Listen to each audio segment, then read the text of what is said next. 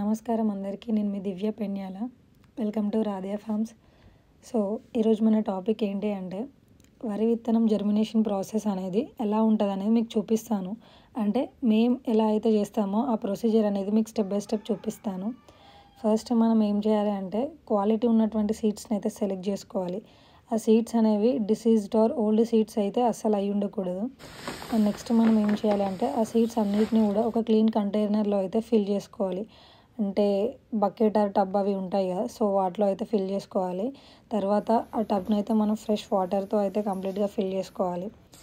And మనం అలా fill చేసుకున్న వితిన్ 10 to 15 minutesలో మనం సీడ్స్ ఫిల్ చేసుకున్న కంటైనర్లో డెడ్ సీడ్స్ అనేవి ఏమైనా ఉంటే మాత్రం అవైతే వాటర్ పైన ఫ్లోట్ అవుతూ ఉంటాయి. సో వాటిని అయితే మనం కేర్ఫుల్గా రిమూవ్ చేసుకోవాలి. బికాజ్ అవి జర్మినేట్ అయితే అస్సలు అవ్వవు. అండ్ మిగతా హెల్దీ సీడ్స్ ఏవైతే ఉన్నాయో వాటిని అయితే మనం ఒక 24 hours వరకు అయితే వాటర్లో సోక్ చేసి ఉంచాలి. అండ్ మెయిన్గా ఈ సోకింగ్ ప్రాసెస్ వల్ల మనకి స్ప్రౌటింగ్ అనేది చాలా ఫాస్ట్ జరుగుతుంది అండ్ యూనిఫామ్గా కూడా ఉంటుంది.